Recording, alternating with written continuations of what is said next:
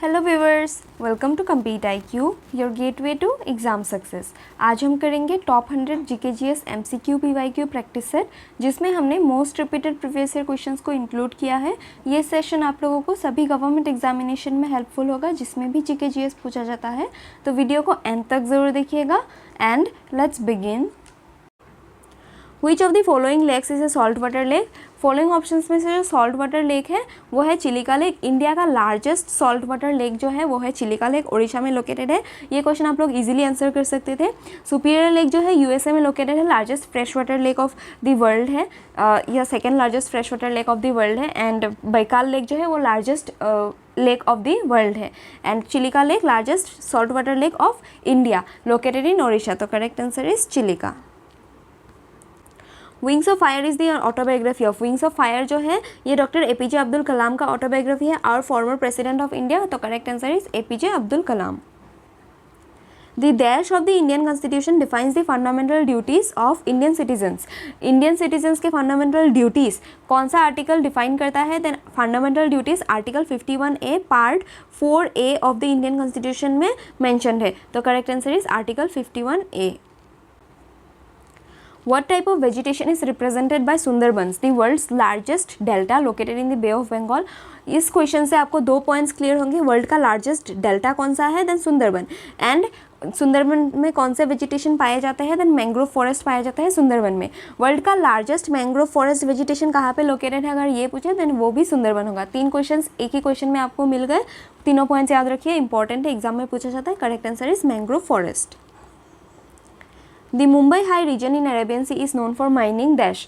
Mumbai high region जो है वो अरेबियन सी में लोकेटेड है। एंड ये कौन से मिनरल के माइनिंग के लिए बहुत ज़्यादा फेमस है? मिनरल ऑयल के माइनिंग के लिए मुंबई हाई रीजन जो है अरेबियन सी में लोकेटेड बहुत ही फेमस है। Correct answer is mineral oil. In which of the following years was the child marriage restraint act pass? Child marriage restraint act जो है वो पास किया गया था in the year 1929।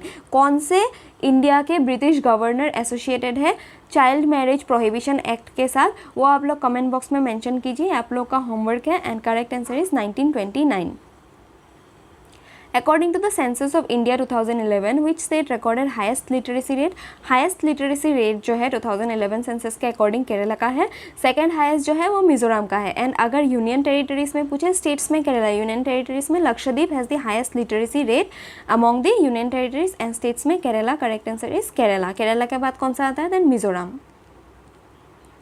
According to the census of India 2011, which union territory recorded the highest literacy rate? ये मैंने अभी बताया, Lakshadweep is the correct answer. Lakshadweep union territories में सबसे ज़्यादा हाईएस्ट लिटरेसी रेट है according to census 2011। These festival is celebrated in honour of sal tree in Jharkhand. Sal tree को honour करके झारखंड में कौन सा फेस्टिवल सेलिब्रेट किया जाता है? Then Sarhul festival of Jharkhand is famous festival, and ये साल ट्री को ऑनर के सेलिब्रेट किया जाता है, ऑनर करके। Then correct answer is Sarhul. Which of the following Indian musicians was referred to as ghazal king? Ghazal king Jagjit Singh को रिफ़र किया जाता है। He is also honoured as ghazal king, Pandit Jagjit Singh. And ये कौन से आर्ट फॉर्म के साथ एसोसिएटेड है? ऐसा क्वेश्चन बनने से करेक्ट आंसर होगा Indian musician. Pandit Jagjit Singh is the correct answer. On 8th April 1929, who among the following two revolutionists threw a bomb in the Central Legislative Assembly? Central Legislative Assembly में 1929 को भगत Singh and Batukeshwar Dutt इन दोनों ने मिलके bomb throw किया था। And वो bomb जो था बस एक स्मोक बॉम्ब था, एंड मीटिंग के बीच में ही ये थ्रो किया गया था, जस्ट डराने के लिए ब्रिटिशर्स को। एंड जब ये बॉम्ब पूरी तरीके से स्मोक हो गया सेंट्रल लेजिस्लेटिव असेंबली में, तो वहाँ पे भगत सिंह जी ने ब्रिटिशर्स को धमकी दिया था, चैलेंज किया था that we will take freedom from them. And ये बहुत ही एक रिवोल्यूशनरी एक्ट था, 1929 का यादगार है। तो correct answer is Bhagat Singh and Batukeshwar Dutt. Who among the following is a famous sitar player? Following options में जो फेमस सितार प्लेयर है वो है Pandit Ravi Shankar. He is a famous sitar player. इनसे क्वेश्चंस बहुत सारे बनते हैं। एंड पंडित भीमसेन जोशी जो है he is a famous Indian vocalist. Indian vocalist है पंडित भीमसेन जोशी, ये पॉइंट आप लोग याद रखिए। Pandit Bhajan Sopori is associated with santoor. Rajarathnam Pillai किस आर्ट फॉर्म के साथ एसोसिएटेड है? ये आप लोग कमेंट बॉक्स में मेंशन कीजिए, आपका होमवर्क है। एंड इस क्वेश्चन का करेक्ट आंसर है Pandit Ravi Shankar associated with sitar. Guru K Kalyana Sundaram Pillai is associated with, Guru K Kalyana Sundaram Pillai जो है he is a famous Bharatanatyam dancer and इनको पद्मश्री भी अवार्ड किया गया है फॉर हिज भारतनाट्यम डांस। तो correct answer is Bharatanatyam. Who appoints the state election commissioner, state election commissioner को गवर्नर अपॉइंट करते हैं एंड चीफ इलेक्शन कमिश्नर जो होते हैं, चीफ इलेक्शन कमिश्नर को अपॉइंट करते हैं हमारे president of India, president Droupadi Murmu current chief election commissioner को अपॉइंट करती है। हमारे करंट चीफ इलेक्शन कमिश्नर कौन है ये आप लोग कमेंट बॉक्स में मेंशन कीजिए, आपका होमवर्क है। एंड इस क्वेश्चन का करेक्ट आंसर है governor. In which river has the national waterway 2 has been developed, national waterway 2 जो है ये ब्रह्मपुत्र रिवर के साथ ऊपर डेवलप्ड है। नेशनल वाटरवे 3 जो है वो पूरी तरीके से केरला में ही लोकेटेड है। नेशनल वाटरवे 1 जो है वो गंगा रिवर के ऊपर लोकेटेड है। एंड बाकी और इम्पॉर्टेंट नेशनल वाटरवेज जो अभी ऑपरेशनल है, टोटल 13 ऑपरेशनल है करेंटली, इन सभी को इस पिक्चर में मैंने मेंशन कर दिया है, आप लोग देख सकते हैं। एंड इसका PDF कहाँ पर मिलेगा, तो मेरे टेलीग्राम चैनल पर मिलेगा। टेलीग्राम चैनल का लिंक आपको कमेंट बॉक्स में भी मिल जाएगा एंड इस चैनल के डिस्क्रिप्शन में भी मिल जाएगा, वहाँ से आप PDF डाउनलोड कर लीजिएगा तो आप लोग को ये और भी आसानी से याद रहेगा। इस क्वेश्चन का करेक्ट आंसर है Brahmaputra. In India micro finance institutions primary target is, primary target कौन सा सेक्शन ऑफ द पॉपुलेशन है माइक्रो फाइनेंस इंस्टीट्यूशन का। माइक्रो फाइनेंस इंस्टीट्यूशन जैसे कि बंधन बैंक हो गए, देन दूसरे निधि बैंक हो गए, ये सब जो हमारे low income individuals and small businesses हैं उनको लोन्स देते हैं। Micro finance institution micro finance loans provide करते हैं। तो correct answer is it primarily targets low income individuals and small businesses. Kalidas Samman is a prestigious arts award presented annually by the dash. Kalidas Samman जो है मध्य प्रदेश का गवर्नमेंट हर साल announce करता है। तो correct answer is Madhya Pradesh. And ये कौन से इंस्टीट्यूशन के साथ या तो फिर कौन से ऑर्गेनाइजेशन के साथ टाई करके मध्य प्रदेश का गवर्नमेंट कालिदास सम्मान देता है वो आप लोग कमेंट बॉक्स में मेंशन कीजिए। एंड इस क्वेश्चन का करेक्ट आंसर है Madhya Pradesh. Which of the following is not a characteristic of money, following options में से जो कैरेक्टरिस्टिक नहीं है मनी का वो है perishability. What is perishability, perishability मतलब हम स्टोर नहीं कर सकते, कुछ ही दिनों में वो ख़राब हो जाएगा। अगर मनी कुछ ही दिनों में ख़राब हो जाता तो उसका यूज़ ही नहीं होता। पहले जो पेपर मनी से पहले दूसरे फॉर्म्स ऑफ मनी थे उनमें पेरिशेबिलिटी एक ड्रॉबैक था जिस वजह से पेपर मनी को इंट्रोड्यूस किया गया। एंड पेपर मनी का कैरेक्टरिस्टिक नहीं है पेरिशेबिलिटी। पोर्टेबिलिटी क्या है, then movement from one place to another, हम मनी को कैरी कर सकते हैं easily from one place to another, ये कैरेक्टरिस्टिक है मनी का। डिविजिबिलिटी दैट इज 500 को हम 100 के 5 नोट्स में ऐसे डिवाइड कर सकते हैं, then that is also characteristic of money. Durability, then durability money खराब नहीं होगा, बहुत दिनों तक टिकेगा, then durability is also characteristic of money. Divisibility आप लोग को समझ आया, 500 का एक नोट एंड 100 के 5 नोट्स का इक्वल वैल्यू है, दैट इज डिविजिबिलिटी। तो ये सभी मनी के कैरेक्टरिस्टिक है, लेकिन perishability is not a characteristic of money. Which one causes an echo, कौन सा साउंड का कैरेक्टरिस्टिक इको प्रोड्यूस करता है, देन जब साउंड रिफ्लेक्ट होता है तो उस वजह से इको होता है। तो correct answer is echo is due to sound reflection. And echo क्या है, देन साउंड जब एक बार आप लोग कुछ बोले एंड वो जो रिफ्लेक्ट होकर बार बार रिपीट होता है, repetition of sound is echo. ये भी पॉइंट आप लोग याद रखिए, क्वेश्चन बनता है when sound is reflected echo occurs. Dash has two traditions, one is Sankirtana and other is Rasa। Raslila, Rasa and Sankirtana ये सब किसके पार्ट है, मणिपुरी डांस के पार्ट्स हैं। Then correct answer is Manipuri. Manipuri dance के 2 डिविजन्स होते हैं, एक होता है संकीर्तना एंड दूसरा रसा। इस तरीके से भी क्वेश्चन पूछा जाता है कि Manipuri dance form has 2 traditions, one is Sankirtana and other is, तो आपको आंसर देना होगा रसा। इस तरीके से आप लोग इस पॉइंट को याद रखिए, correct answer is Manipuri dance. Where is Mahabodhi temple situated? Mahabodhi temple is situated in Bodh Gaya of Bihar. तो correct answer is Bodh Gaya. The Kolar Goldfield is located in which state of India? Kolar Goldfield जो है ये कर्नाटका में located है। KGF जो movie था ये Kolar field goldfield के ऊपर ही बना था। कहाँ पे लोकेटेड है? Karnataka is the correct answer. Buddha Purnima is mark on a full moon day in the Hindu month of dash. Buddha Purnima जो है वैशाख के महीने में होता है, तो correct answer is full moon day of Vaishakh is celebrated as Buddha Purnima. Who started the temple entry movement in 1927? आप picture देख के ही बता सकते हैं टेम्पल एंट्री मूवमेंट कब स्टार्ट किया गया था, तो 1927 को। एंड किसने स्टार्ट किया था? Pandit Bhimrao Ambedkar, our father of Indian constitution. Correct answer is BR Ambedkar. In which state is Govind Sagar lake that is Bhakra Nangal project located? Govind Sagar lake जिसके ऊपर भाखड़ा डैम लोकेटेड है वो कहाँ पे है? Then it is located in the state of Himachal Pradesh. तो correct answer is Himachal Pradesh.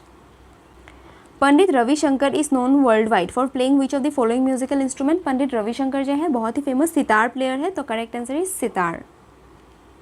The Arabian sea is an extension of which of the following ocean? Arabian sea जो है इंडियन ओशन का एक्सटेंशन है। तो correct answer is Indian ocean. आप देख सकते हैं गुजरात के साइड में लोकेटेड है, गुजरात गोवा इसके साइड में लोकेटेड है अरेबियन सी। ये इंडियन ओशन में ही फॉल होता है, इंडियन ओशन का एक्सटेंशन है Arabian sea. Shambhu Maharaj was a renowned guru of which of the following dance form? Shambhu Maharaj जो थे एक बहुत ही फेमस कथक डांसर थे। He was a prominent guru of Kathak dance. तो correct answer is Kathak. Which is the oldest stupa of the Buddhist period? Oldest stupa जो है Buddhist period का वो है सांची स्तूपा, रांची में लोकेटेड है मध्य प्रदेश में। Correct answer is Sanchi stupa, oldest stupa of the Buddhist period. Which of the following is the official language of Afghanistan? Afghanistan का official language जो है फॉलोइंग ऑप्शंस में से दारी है, Dari is also known as Persian language. Pashto and Persian that is Persian मतलब Dari, ये दोनों official languages है अफगानिस्तान के, आप लोग याद रखिए। सिन्हाला श्रीलंका का ऑफिशियल लैंग्वेज है, बर्मीज बर्मा का that is Myanmar, and Dzongkha किसका है? देन ये भूटान का ऑफिशियल लैंग्वेज है। तो करेक्ट आंसर इज दारी। Who conducts election for both the houses of parliament in India?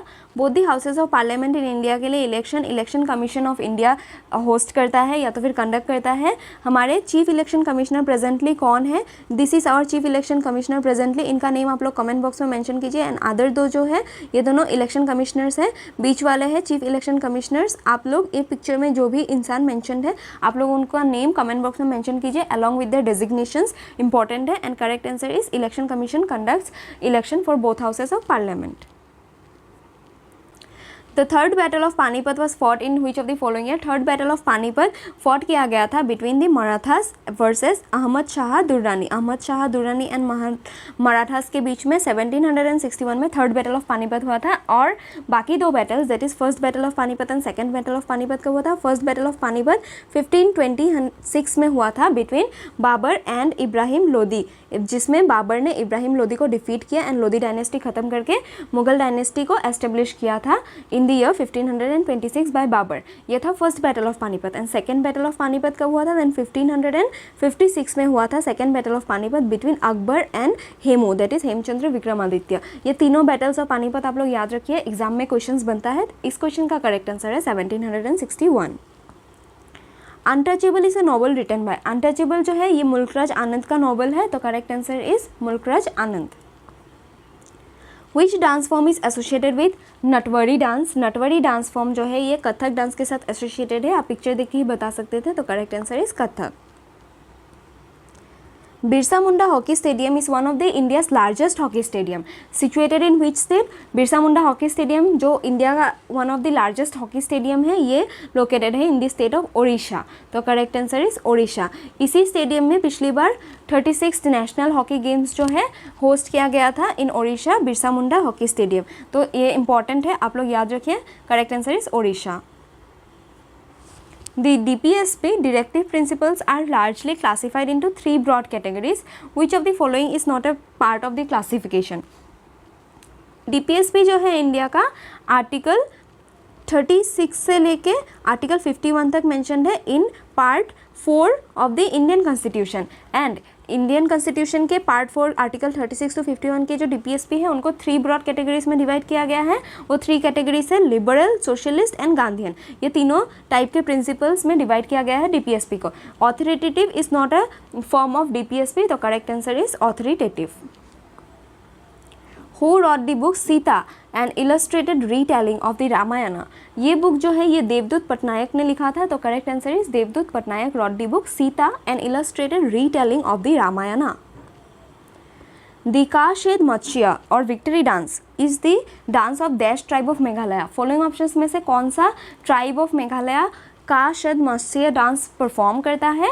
Then Meghalaya का सबसे बड़ा लार्जेस्ट ट्राइब जो है खासी ट्राइब, वही ये डांस परफॉर्म करता है, तो इम्पॉर्टेंट बनता है। बाकी गारो जो है ये आसाम का एक ट्राइब है, Boro is also a tribe of Assam, Ao is a tribe of Nagaland. कौन सा स्टेट के साथ कौन सा ट्राइब एसोसिएटेड है, ऐसा भी क्वेश्चन बनता है, आप लोग याद रखना। एंड मेघालय का लार्जेस्ट ट्राइब है खासी, जो खा शद मत्स्य डांस परफॉर्म करता है, तो करेक्ट आंसर इज खासी। What is the weight of the ball in handball for man? Handball का जो वेट होता है मेंस के लिए वो 425 से लेके 475 ग्राम के बीच में होता है, तो correct answer is 425 to 475 grams. Which vitamin is needed for a healthy immune system, low light vision and healthy skin? देखिए इन सब में से अगर आपको पता नहीं था, but low light vision that is night blindness किस विटामिन के डेफिशिएंसी से होता है? देन विटामिन ए के डेफिशिएंसी से होता है। तो लो लाइट विजन के लिए कौन सा विटामिन इंपॉर्टेंट है? Then vitamin A is important for low light vision. And healthy immune system and healthy skin के लिए भी विटामिन ए इंपॉर्टेंट है, लेकिन सबसे इंपॉर्टेंट पॉइंट इसमें लो लाइट विजन है। नाइट ब्लाइंडनेस किस विटामिन के डेफिशिएंसी से होता है, ऐसा क्वेश्चन बनने से भी vitamin A will be the correct answer, तो correct answer is vitamin A.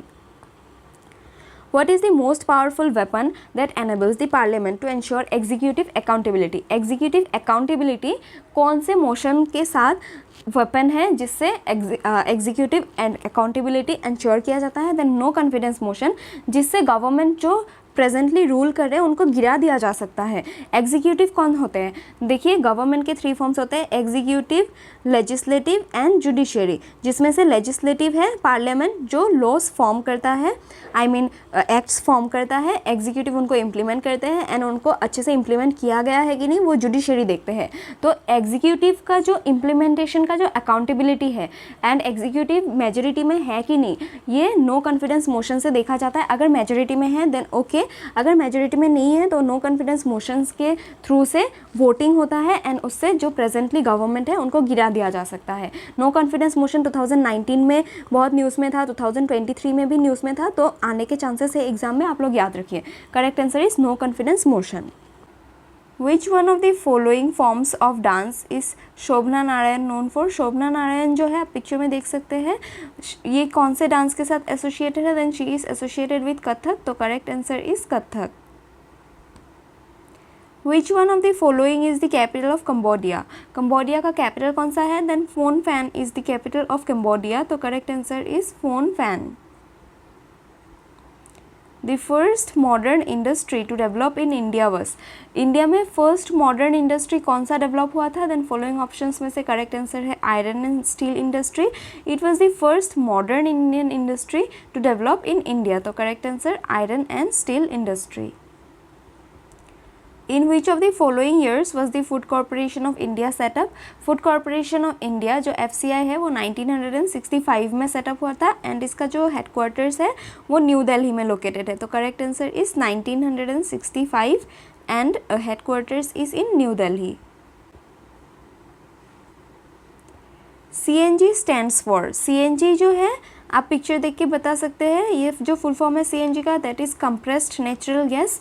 Compressed natural gas के बहुत ही सारे रिफिलिंग स्टेशंस बहुत सारे स्टेट्स में अभी सेटअप किए गए हैं एंड इसका डेवलपमेंट स्टेज पे है। जब ये डेवलप फुल्ली हो जाएगा तो हम पेट्रोल को सब्सटीट्यूट कर सकते हैं with compressed natural gas and हमारे जो व्हीकल्स है वो CNG पे रन होगा एंड ये एनवायरनमेंट फ्रेंडली भी है, तो बहुत अच्छा है। तो हमें इसका नेम याद रखना है, CNG का full form compressed natural gas, अभी न्यूज़ में रहता है तो एग्ज़ाम में आने के चांसेस है। कारगिल विजय दिवस is celebrated on?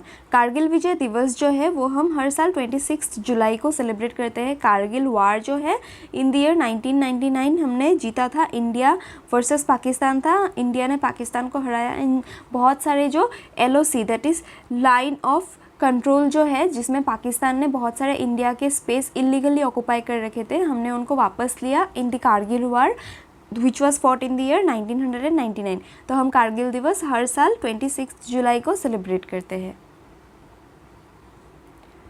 The term butterfly stock is related with? Butterfly stock जो है आप पिक्चर देख के बता सकते हैं, ये टर्म जो है ये स्विमिंग के साथ एसोसिएटेड है, तो करेक्ट आंसर इज स्विमिंग। हम कुछ और टर्म्स जो रिलेटेड है स्विमिंग से वो देख लेते हैं। It includes back stroke, breast stroke, butterfly, front crawl, free style, individual medley. ये सब जो टर्म्स है, टर्मिनोलॉजी से आप याद रखिए, एग्जाम्स में पूछा जाता है एंड इन्हीं में से आएगा। इसके अलावा आपको कोई और टर्म एसोसिएटेड विद स्विमिंग देखने का ज़रूरत नहीं है, ये आप 7-8 टर्म्स जो है याद रखिए, आपका बन जाएगा exam. Where is Phawngpui national park located? Phawngpui national park जो है ये मिज़ोरम में लोकेटेड है, in the north eastern state of India, Mizoram. Who was the first foreign minister of free India? India का जो फर्स्ट फॉरेन मिनिस्टर था दैट इज़ इंडिपेंडेंट इंडिया का, वो थे जवाहरलाल नेहरू। तो correct answer is Jawaharlal Nehru. The first Indian classical musician to perform at United Nations? United Nations में perform करने वाली फर्स्ट इंडियन क्लासिकल म्यूजिशियन कौन थी? Then she was MS Subbulakshmi. ये इनका क्वेश्चन इस तरीके से भी पूछा जाता है कि MS Subbulakshmi is associated with which art form? Then she is an Indian classical musician. ये पॉइंट आप लोग को याद रखना है। तो correct answer is Madurai Shanmukhavadivu Subbulakshmi. And इन्होंने किस साल में यूनाइटेड नेशंस में परफॉर्म किया था? Then in the year 1966। आप ये ईयर याद रखिए, या ईयर याद ना भी रहे तो भी नेम बहुत इंपॉर्टेंट है एंड पर्सनैलिटी पूछा जाता है इनका क्वेश्चन एग्जाम्स में, तो आप याद रखिए। Where is the central coffee research institute situated? Central coffee research institute जो है ये कर्नाटका में सिचुएटेड है। तो करेक्ट आंसर इज़ कर्नाटका। ये थोड़ा कंफ्यूजिंग हो सकता था सिंस सारे ही ऑप्शन साउथ इंडियन स्टेट्स के हैं एंड केरला भी बहुत ज़्यादा प्रोड्यूस करता है कोकोआ, लेकिन जो सेंट्रल कॉफ़ी रिसर्च इंस्टीट्यूट है वो कर्नाटका में सिचुएटेड है, ये आप लोग याद रखना। एंड ये सेंट्रल कॉफ़ी रिसर्च इंस्टीट्यूट कब एस्टेब्लिश हुआ था? Then in the year 1925। Year भी आप लोग याद रखना। एंड प्लेस कहाँ पे है? Then in the state of Karnataka. Which river is known as the sorrow of China? China का सोरो वांगहो रिवर को जाना जाता है। Huang He river is also known as yellow river of China. तो correct answer is Huang He river. What enables us to write on the blackboard with chalk? Blackboard में जो हम चौक के साथ लिखते हैं, वाइट चौक के साथ, वो फॉलोइंग ऑप्शंस में से किसकी वजह से पॉसिबल है? Then correct answer is adhesion. Adhesion क्या है? देखिए, दो अलग अलग सब्सटेंस के जब एटम्स एक साथ जुड़ सकते हैं उस फोर्स को एडेशन बोलते हैं, लेकिन जब दो सेम सब्सटेंस के दो एटम्स जुड़ते हैं उसको कोहेशन बोलता है। फॉर एग्जाम्पल, आप कोई पेन या तो फिर पेंसिल देखते हैं, उसका जो फॉर्मेशन है, जो शेप है, एक साथ जो पेंसिल हर एक एटम्स जुड़ा हुआ है वो कोहेशन की वजह से है। लेकिन अब अगर पेपर में कोई और चीज़ पेपर में गम लगा दे और वो जो जॉइन हो जाता है, एक साथ चिपक जाता है, वो एडेशन की वजह से है। दो अलग अलग मॉलिक्यूल्स या तो फिर दो अलग अलग atoms, then adhesion. Same atoms या same molecules of the substance, then cohesion. Viscosity क्या है? जो विस्कोसिटी का फोर्स होता है लिक्विड में, कितना तेज़ी से पार्टिकल्स मूव करते हैं, उस फोर्स को विस्कोसिटी कहा जाता है। एंड ग्रेविटी हम सबको पता है, जिस वजह से हम अर्थ के ऊपर खड़े रह सकते हैं। अर्थ का जो फोर्स है अंदर से, जिसके वजह से हम अर्थ के ऊपर खड़े हो सकते हैं, बिल्डिंग्स एंड ऑल सब बने हैं, उसे ग्रेविटेशनल फोर्स कहा जाता है। तो होप आप लोग को समझ आया होगा what is adhesion, cohesion, viscosity and gravity. आप लोग इन सब पॉइंट्स को याद रखना, एग्जाम्स में क्वेश्चंस बनते हैं। इस क्वेश्चन का करेक्ट आंसर है adhesion. Which Indian city has the highest population according to 2011 census? 2011 census के अकॉर्डिंग जिस इंडियन सिटी में हाईएस्ट पॉपुलेशन है वो है मुंबई। तो correct answer is Mumbai. Which of the following is the first state in Northeast India to get a CNG filling station? CNG refilling station, that is compressed natural gas का refilling station जो है, first north east state जो है त्रिपुरा बन गया है, जिसमें ये फिलिंग स्टेशन सेटअप किया गया है। तो correct answer is Tripura. Who formed Natraj theatre? Natraj theatre किसने फॉर्म किया था? The Natraj theatre was founded by Achyut Lahkar. तो correct answer is Achyut Lahkar. What is the age limit for being awarded with the साहित्य अकेडमी युवा पुरस्कार? साहित्य अकेडमी युवा पुरस्कार को रिसीव करने का मैक्सिमम एज होता है 35। तो correct answer is 35 years. Which was the first complete commercial bank of India? India का फर्स्ट कंप्लीट कमर्शियल बैंक जो था वो था ओध बैंक। तो करेक्ट आंसर इज ओध बैंक। ये कब सेटअप किया गया था एंड कहाँ पे सेटअप किया गया था? Then Oudh bank or Awadh commercial bank was set up in Uttar Pradesh in the year 1881। ये याद रखिए सिंस ये first complete commercial bank of India है। तो correct answer Oudh bank. The elephant conservation act was passed in the which year? Elephant conservation act जो है वो 1879 में पास किया गया था टू प्रोटेक्ट द एलिफेंट्स। तो correct answer is 1879 elephant preservation act. ये देखिए जो ये बोल नहीं सकते हैं एनिमल्स, एलिफेंट जैसे कि हो गए या तो फिर कोई भी एनिमल बोल नहीं सकते हैं, उनसे इंसान ज़बरदस्ती हैरेस करते हैं, पैसा कमाने के वजह से अलग अलग तरीके से उनके ऊपर टॉर्चर किया जाता है, उन सबको प्रिजर्व करने के लिए एलिफेंट प्रिजर्वेशन एक्ट लाया गया था in the year 1879। According to Sikh literature, the birth anniversary of Guru Nanak Dev is celebrated on the full moon day of Indian lunar month. गुरु नानक देव का जो बर्थ एनिवर्सरी होता है वो full moon day of which Indian lunar month celebrate किया जाता है? Then correct answer is in the month of Kartik Guru Nanak देव का birthday celebrate किया जाता है। एंड गुरु नानक देव का बर्थडे फुल मून डे पे सेलिब्रेट किया जाता है। ये दोनों पॉइंट्स याद रखना, क्वेश्चंस बनते हैं एग्जाम में। Correct answer is Kartik. Which river is also known as Tsangpo? Tsangpo river Brahmaputra river को जाना जाता है। तिब्बत एरिया में ब्रह्मपुत्र रिवर को सांगपो जाना जाता है एंड यारलुंग जांगपो जाना जाता है इन चाइना। जब ये इंडिया में एंटर करता है, अरुणाचल प्रदेश में इसे दिहांग जाना जाता है एंड आसाम में एंटर करने के साथ साथ ये ब्रह्मपुत्र इसका नेम हो जाता है। तो correct answer is Brahmaputra river. Yakshagana is a folk dance that belongs to the state of. Yakshagana जो है ये कर्नाटका में सेलिब्रेट डांस परफॉर्म किया जाता है एंड एक और स्टेट है आंध्र प्रदेश में भी यक्षगाना डांस परफॉर्म किया जाता है। अगर क्वेश्चन में दोनों ऑप्शंस रहे देन आप कर्नाटका को मार्क कीजिए। हालांकि दोनों ऑप्शंस दिए नहीं जाएंगे क्योंकि दोनों ही स्टेट्स में परफॉर्म किया जाता है, ज़्यादा अप्रोप्रिएट है कर्नाटका। तो correct answer is Karnataka. The brick temple of Bhitargaon is situated in which state? Bhitargaon का जो ब्रिक टेम्पल है ये उत्तर प्रदेश में सिचुएटेड है। तो correct answer is Uttar Pradesh. Which of the following movements was founded in Bengal? Following options में से जो मूवमेंट बंगाल में फाउंड किया गया था वो है रामकृष्ण मिशन। रामकृष्ण मिशन किसने फाउंड किया था? देन 1897 में फाउंड किया था बाय स्वामी विवेकानंद। इन्होंने फाउंड किया था इन बंगाल। बाकी आर्य समाज जो है ये सभी आर्य समाज, सत्यशोधक समाज एंड प्रार्थना समाज सभी के सभी महाराष्ट्र में फाउंड हुए थे। एंड इनका ईयर्स एंड ऑथर्स हम लोग एक बार देख लेते हैं जिन्होंने फाउंड किया था। फाउंडर्स इंपॉर्टेंट है, एग्जाम्स में पूछा जाता है। आर्य समाज जो है 1875 में फाउंड हुआ था बाय दयानंद सरस्वती। सत्यशोधक समाज जो है ये 1873 में फाउंड किया था। किसने? देन महात्मा ज्योतिबा फुले ने।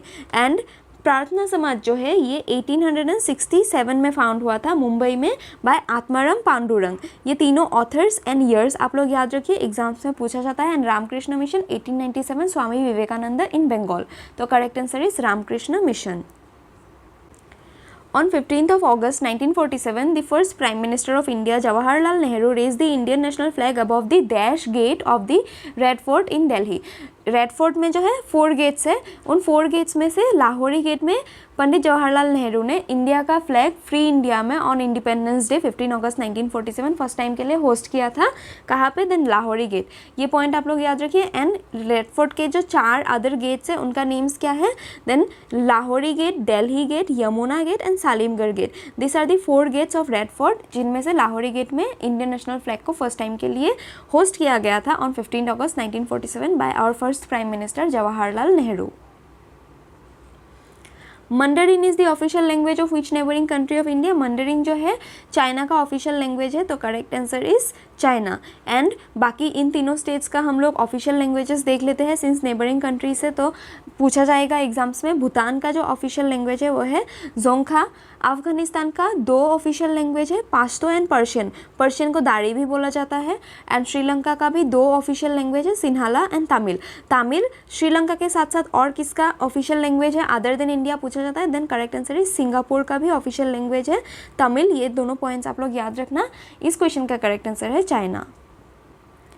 The east-west corridor, which is a part of Golden Quadrilateral Superhighways, links to which 2 cities of India from the following?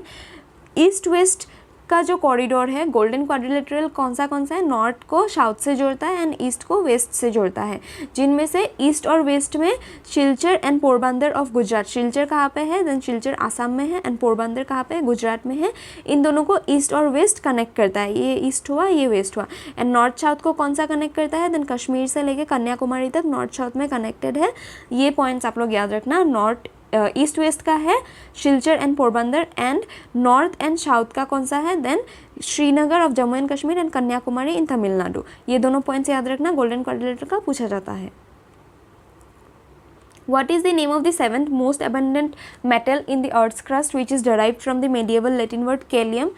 देखिए कैलियम जो है केमिकल नेम है किसका, देन पोटेशियम का। पोटेशियम का केमिकल इक्वेशन में नेम क्या आता है, देन के का फुल फॉर्म क्या है, कैलियम। इस तरीके से आप लोग याद रखिए, आपको कुछ और याद नहीं होता, एल्यूमिनियम का Al, मैग्नीशियम का Mg, कैल्शियम का Ca और पोटेशियम का Ka से कैलियम। इस तरीके से आप लोग याद रखिए, करेक्ट आंसर इज पोटेशियम। बाकी पीरियडिक टेबल को आप लोग अच्छे से ध्यान से याद कर लीजिए, ये क्वेश्चन एग्जाम में बनता है।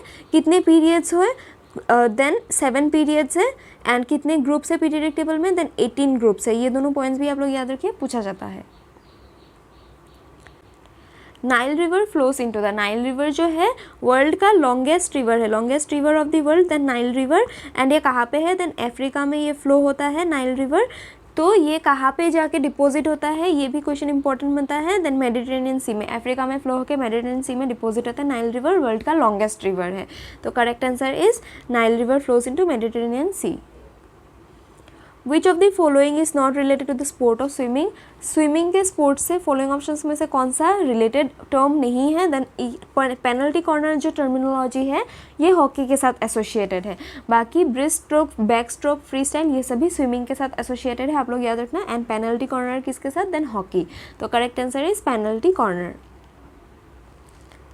What is the aim of article 44 of Indian constitution, article 44 में क्या है, आर्टिकल 44 में यूसीसी है। ये बहुत न्यूज़ में चल रहा है यूसीसी, तो इसका क्वेश्चन एग्जाम में बनना बहुत ही ज़्यादा चांसेस है। आर्टिकल 44 में क्या है, यूसीसी, यूसीसी किसके अंडर आता है, देन डीपीएसपी के अंडर आता है। ये पॉइंट्स आप लोग याद रखना। तो correct answer is to secure for the citizen a uniform civil code, UCC का full form uniform civil code through the territory of India is mentioned in article 44। Correct answer to secure a uniform civil code through the territory of India for the citizen. Which of the following institutes was founded by M.G. Ranade and G.V. Ghosh, M.G. Ranade and G.V. Ghosh ने मिलकर जो institute found किया था वो था पूना सार्वजनिक सभा। तो करेक्ट आंसर इज पूना सार्वजनिक सभा। And M.G. Ranade and G.V. Ghosh ने ये कब फाउंड किया था, देन ऑन 2 अप्रैल 1870 को ये फाउंड किया था as a revolutionary institution against freedom movement of India. Roshan Kumari, Shobhana Narayan, Maya Rao and Kumudini Lakhia are dash eminent artists. ये सब जो है रोशन कुमारी, शोभना नारायण, माया राव, कुमुदिनी लखिया, ये सभी बहुत ही फेमस कथक डांसर्स हैं। तो correct answer is Kathak. And Odisha कहाँ का क्लासिकल डांस है, देन ओडिशा का ओडिशी। कुचिपुड़ी कहाँ पे परफॉर्म किया जाता है, देन आंध्र प्रदेश में कुचिपुड़ी परफॉर्म किया जाता है। मणिपुरी मणिपुर में परफॉर्म किया जाता है। एंड कथक कहाँ पे किया जाता है, देन उत्तर प्रदेश या तो फिर नॉर्थ इंडिया में किया जाता है कथक। ये पॉइंट्स भी आप लोग याद रखना। इस क्वेश्चन का करेक्ट आंसर है Kathak. In which of the following states is there hardly any difference in day and night temperature? Day and night का जो टेम्परेचर होता है वो एकदम सिमिलर रहता है, ऑलमोस्ट सेम रहता है।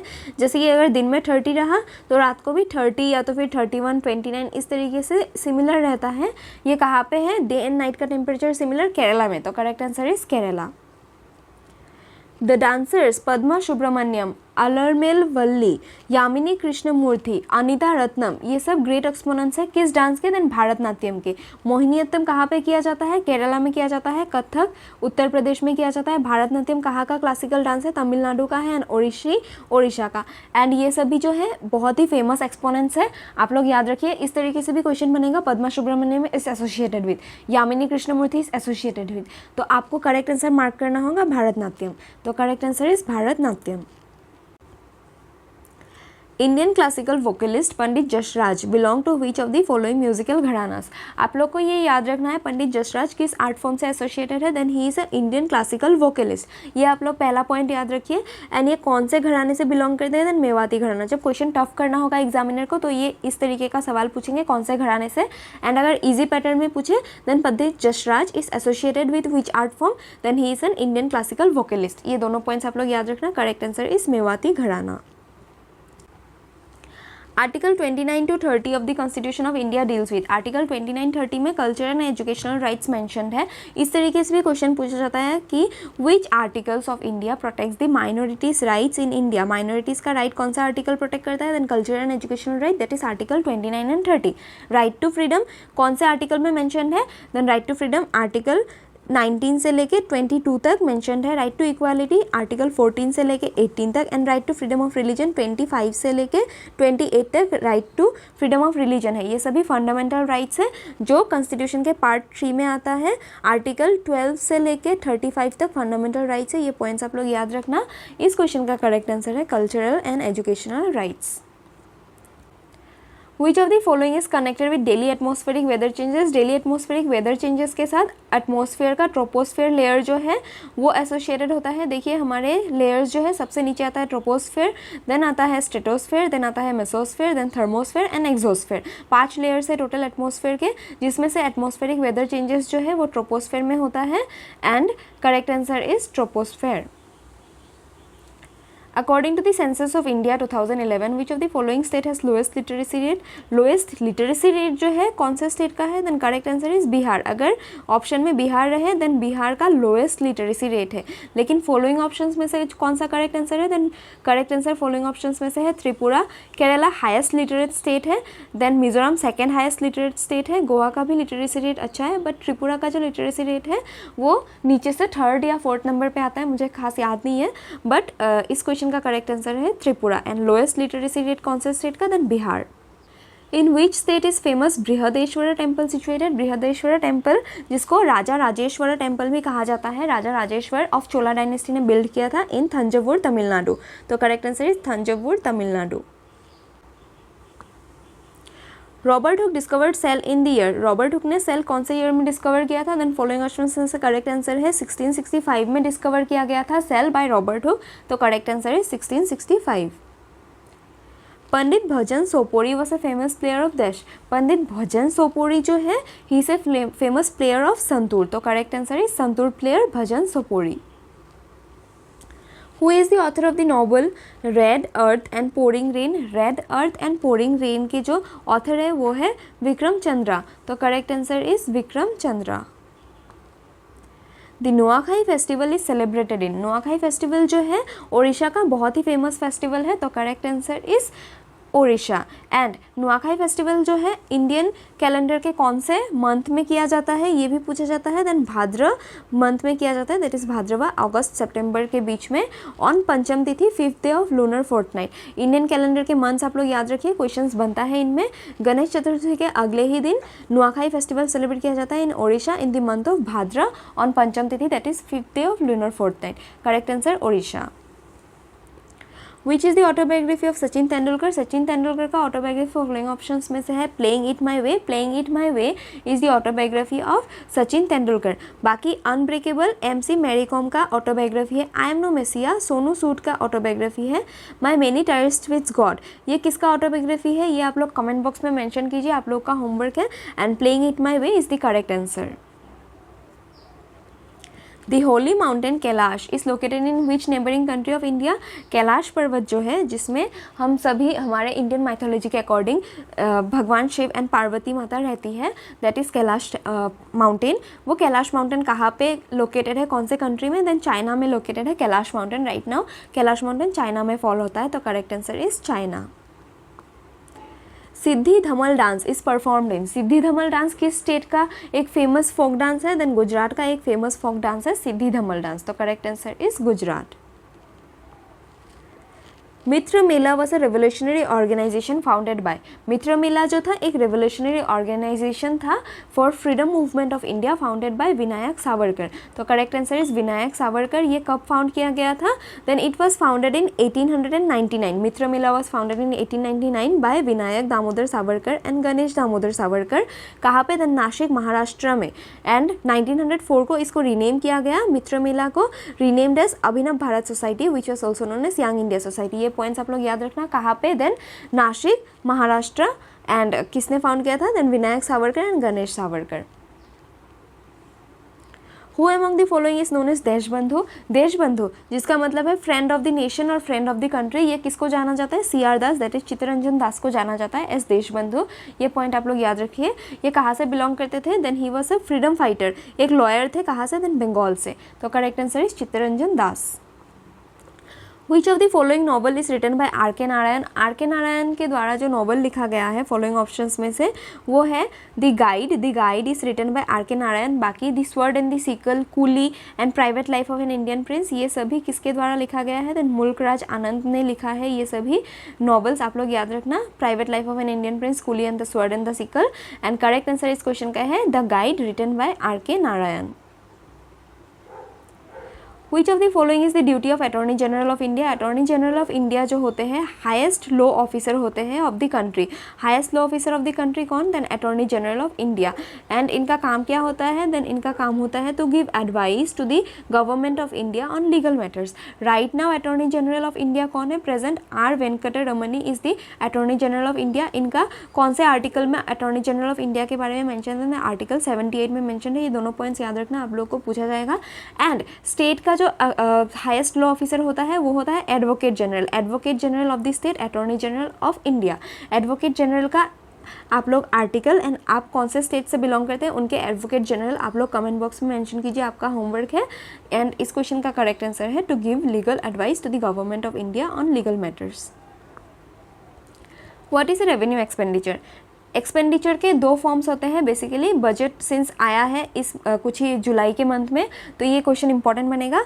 एक्सपेंडिचर के दो form, capital expenditure and revenue expenditure, जिनमें से जो डे टू डे एक्सपेंसेस होता है that is money spend on day to day government operations, वो होता है रेवेन्यू एक्सपेंडिचर। एंड जो long term that is more than 1 year के लिए किया जाता है वो होता है कैपिटल एक्सपेंडिचर। तो करेक्ट आंसर इसका है money spend on day to day government operations. In which of the following states of India loo wind does not blow over the summer season? Loo wind किस स्टेट में ब्लो नहीं करता है during summer season? Correct answer is Goa. Goa seashore में located है। And loo जो है वो बेसिकली नॉर्थ इंडिया में ब्लो होता है। North Indian states like Punjab, Delhi, Haryana, Rajasthan, Uttar Pradesh, Bihar etcetera, उन सब में फ्लो होता है लू, लेकिन गोवा में फ्लो नहीं होता है। तो करेक्ट आंसर इज गोवा। लू क्या है? Then loo is a local wind. Local wind का नाम पूछे इंडिया का लोकल विंड कौन सा है? Then loo is the local wind of India. ये पॉइंट भी आप लोग याद रखना। My story is the autobiography of which female writer? My story जो है ये कमला दास का ऑटोबायोग्राफी है। तो correct answer is Kamala Das. Who was the founder of Naujawan Bharat सभा? नौजवान भारत सभा के जो फाउंडर थे वो है Bhagat Singh. It was a revolutionary institution organization against the freedom movement of India. तो correct answer is Bhagat Singh. And कब फाउंड किया गया था नौजवान भारत सभा, ये भी पूछा जाता है। देन मार्च 1926 को फाउंड किया गया था। ये पॉइंट आप लोग याद रखिए। Which gland gets enlarged in the goiter due to which there is a swelling in the front part of the throat? नेक के फ्रंट पार्ट में स्वेलिंग हो जाता है। थायराइड ग्लैंड में होता है गोइटर की वजह से स्वेलिंग। ये देखिए ये होता है एडम्स एप्पल, जिसके तुरंत नीचे थायराइड ग्लैंड लोकेटेड होता है। एंड थायराइड ग्लैंड फूल जाता है जिस वजह से स्वेलिंग हो जाता है। एंड गोइटर बीमारी में ऐसा होता है। तो correct answer is thyroid gland swells during goitre. In which state is the भितरी टेम्पल सिचुएटेड? भितरी टेम्पल जो है भीतरगांव में लोकेटेड है in the state of Uttar Pradesh. तो correct answer is UP. Shubman Gill is associated with? Shubman Gill जो है ये देख सकते हैं आप पिक्चर में, ये बहुत ही फेमस क्रिकेट प्लेयर है। तो correct answer is cricket. Which of the following does not come under fundamental duties? Following options में जो हमारा फंडामेंटल ड्यूटी नहीं है, then to pay taxes is not a fundamental duty of citizen of India. Fundamental duties कौन से article के under आता है?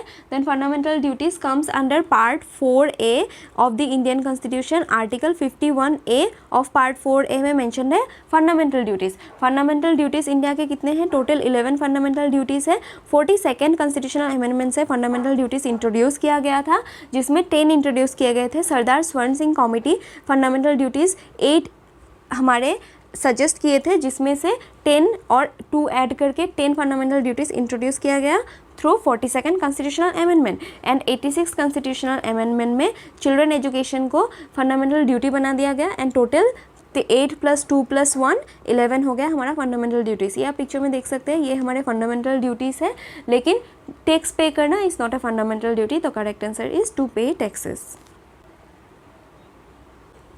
With this we conclude our session here. Hope आप लोगों को वीडियो पसंद आया होगा एंड कोई भी इंप्रूवमेंट चाहिए then please do comment and thank you.